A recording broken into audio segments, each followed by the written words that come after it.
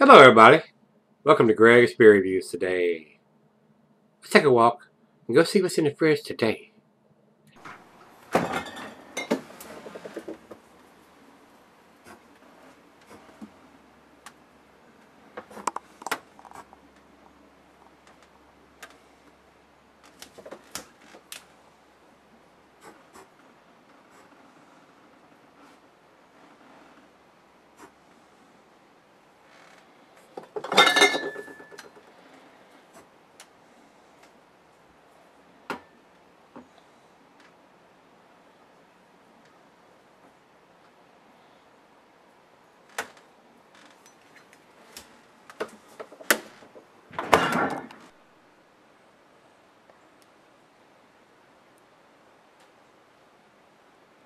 Hey guys, thanks for stopping by Gregsbeerreviews today. I'm hoping this is going to be a big treat.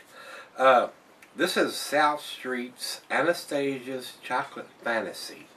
And according to what I see here on Rate Beer, they've done this in 2013 and 2014. I don't know if this is 2014 or maybe even a brand new edition of 2015. I kind of doubt it.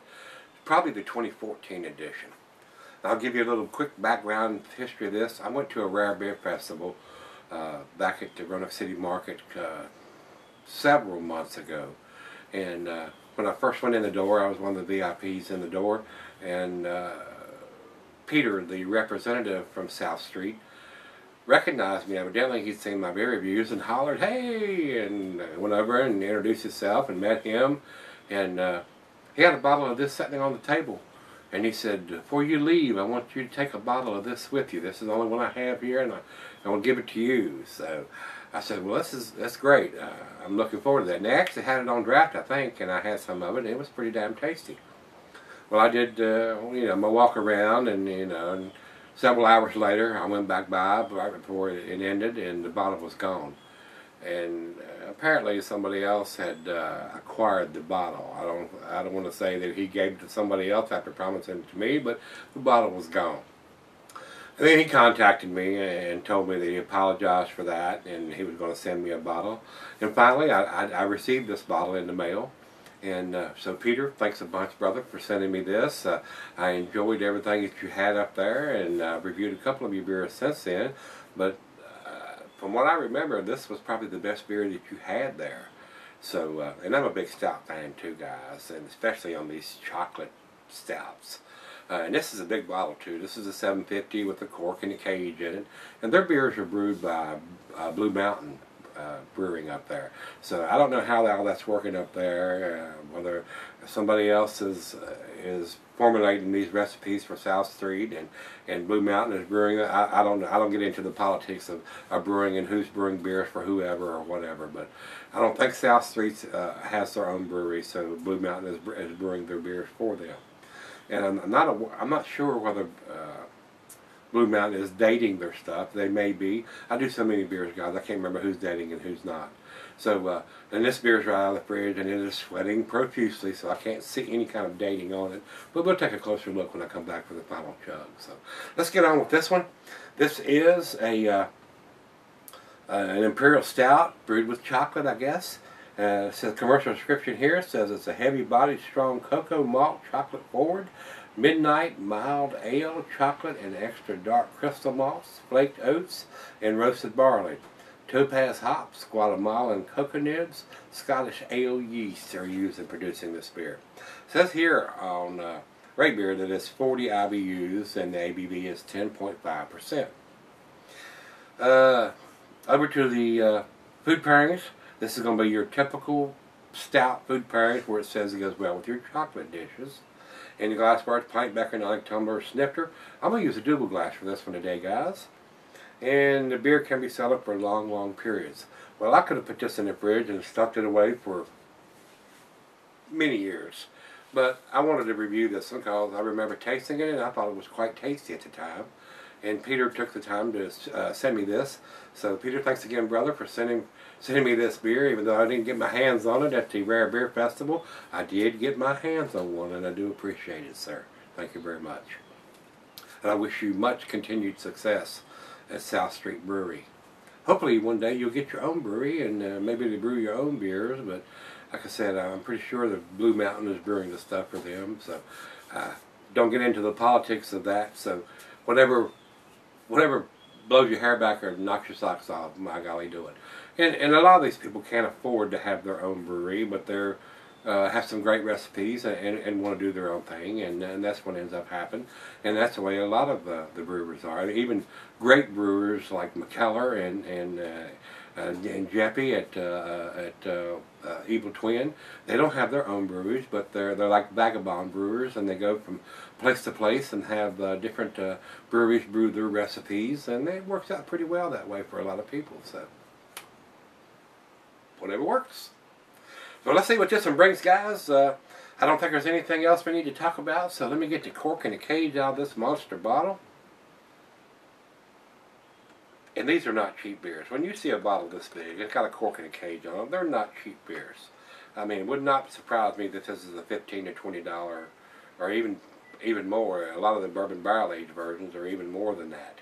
So whenever you see that in a bottle of this size, I mean, it's not going to be a $5 beer, guys. It's just not going to do it. It's not going to happen.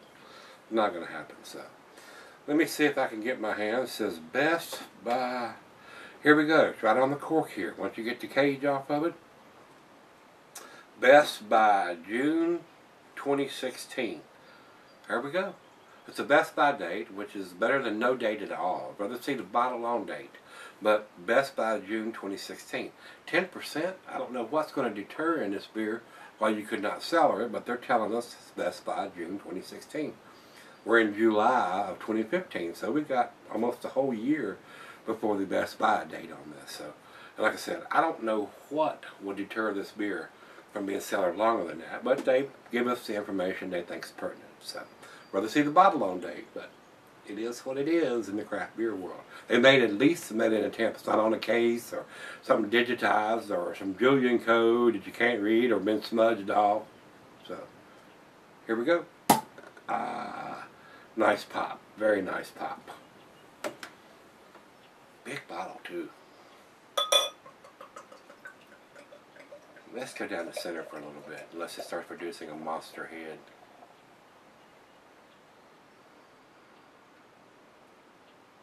And it is. Wow. 10%er. 2.5 fingers of head on that pour. Really don't like pouring that much into the glass because it affects the way the rum would smell, but it is what it is, and fat boys screw up sometimes, so. Looks good in the glass. Looks really good in the glass. The head is very chocolatey looking, very small bubbles, a couple of big bubbles in the top there from that aggressive pour. Very fine bubbles around the outside of the glass. Over to the light. Not getting any whatsoever. It is pitch black in this glass, guys. Looks very good though. Well, let's get a nose on it, see what we got. Getting chocolate. We could definitely get any chocolate, roasted malt, some caramel, toffee. Some cocoa's in there. Not monster on the cocoa or chocolate, but I am getting it. Of course, it's right out of the fridge too, around 40 degrees, maybe a little warmer than that now. I've been flapping my gums for a little while. And that's going to increase as it warms up to room temperature. Ah, wonderful aroma. I'm drooling. It's that time. Let's get a taste. Get it to the lips. Get it to the gums. Get it down your throat. Cheers, everybody. Cheers, Peter. Thank you, brother. Do appreciate it, sir.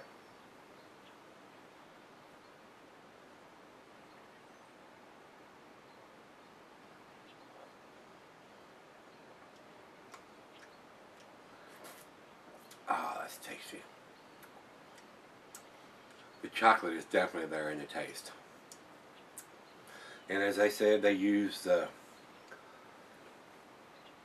Guatemalan cocoa nibs.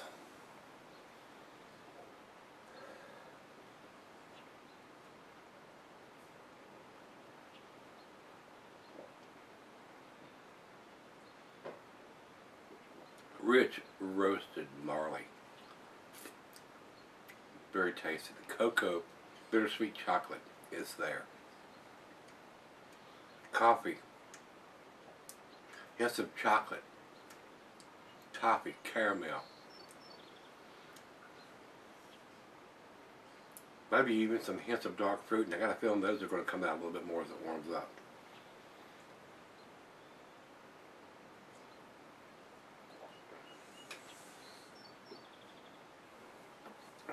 Very rich, nice and creamy, and a lot of that creaminess comes from the flaked oats. Gives it a nice creamier mouthfeel. Wow, that's delicious. Look at the lacing it's leaving on the glass. This is a very well made beer. And like I said, guys, I'll take a closer look at the bottle when we come back. I'm going to pour the other half a glass of this, and because I know she's going to want to enjoy this. And I don't drink a bottle of this size by myself. That'd be stupid. That'd be crazy. That'd be stingy. So we'll pour her a glass, and I'll sip on this, and may smoke on a cigar while I'm sipping on this. And a lot of you guys say, well, what are you ought to fire one up? I'm not got comfortable quite yet, guys.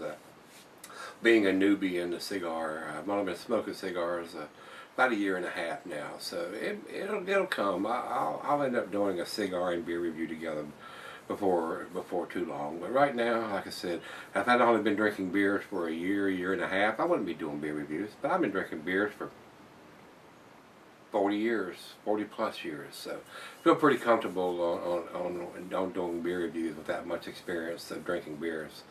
And been drinking craft beers probably around 6 or 7 years, and even longer than that if you count the imports. So let's let it warm up and see where this one ends up, and I'll come back and we'll do the final chug and grade on this one. Seems pretty damn tasty. I'm fairly impressed. When I was at the Rare Beer Festival at the City Market, I thought this was the tastiest beer that they had there. So I'm glad I finally got a bottle that Peter was so gracious to send me and review for you guys. So I'll be right back and do the final chug and grade on this one, guys. Alright guys, I'm back. Got just a little left here. Been sipping on it for about 35-40 minutes or so. Very tasty. Very delicious beer. Would like to see these guys do some kind of dating as far as vintage. I don't see anything on this bottle whatsoever, guys. I don't know if it's a 2013 edition or 2014 edition, but judging by the cork, I would assume this is a 2014 edition. And also judging that Peter, the beer rep at South Street, sent me this beer, I would think it was probably the best, the freshest one that they had done. So with that being said, I'm going to just assume that it's a 2014 edition. Very tasty, nice roasted chocolate malt. I am getting slight hints of some dark fruit in there, maybe some plums, dates, raisins, or figs. The chocolate is there. A little bit of toffee and caramel, maybe some brown sugar or molasses. Very tasty though, very, very tasty. Nice sweetness to it, especially on the nose.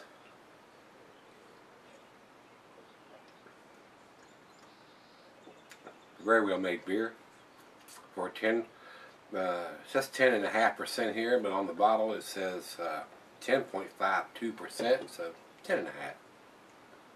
Very nice, very pleasing, very nice beer to finish up the evening with. Final chug.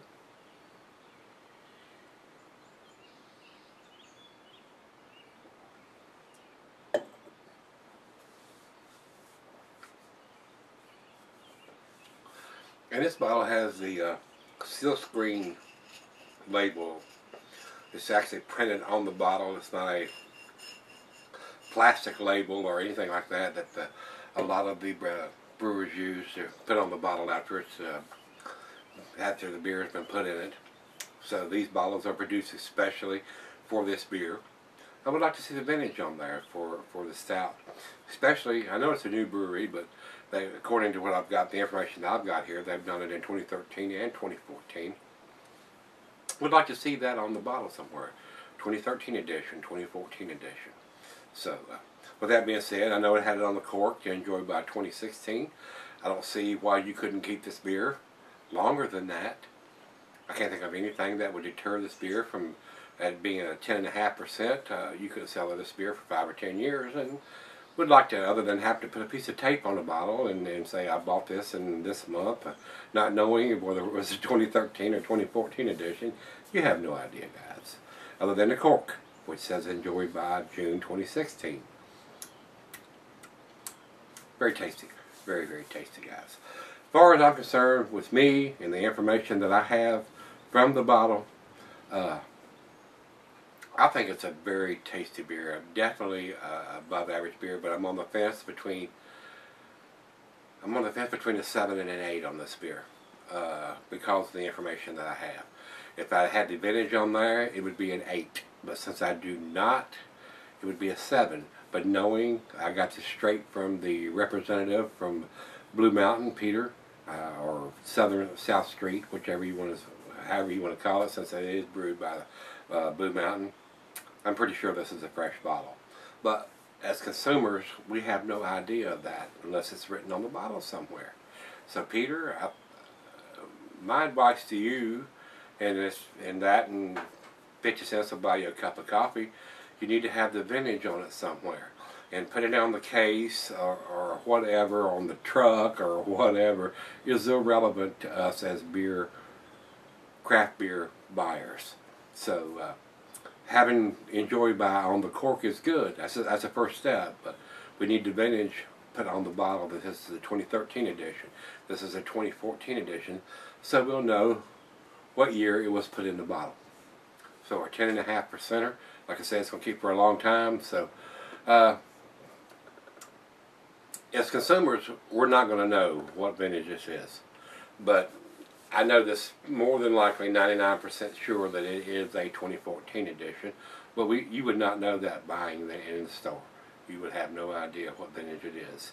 So we need to have that information. So Peter, if you have any input at all, pass it on or take it into consideration that we would like to have the vintage on this style of beer.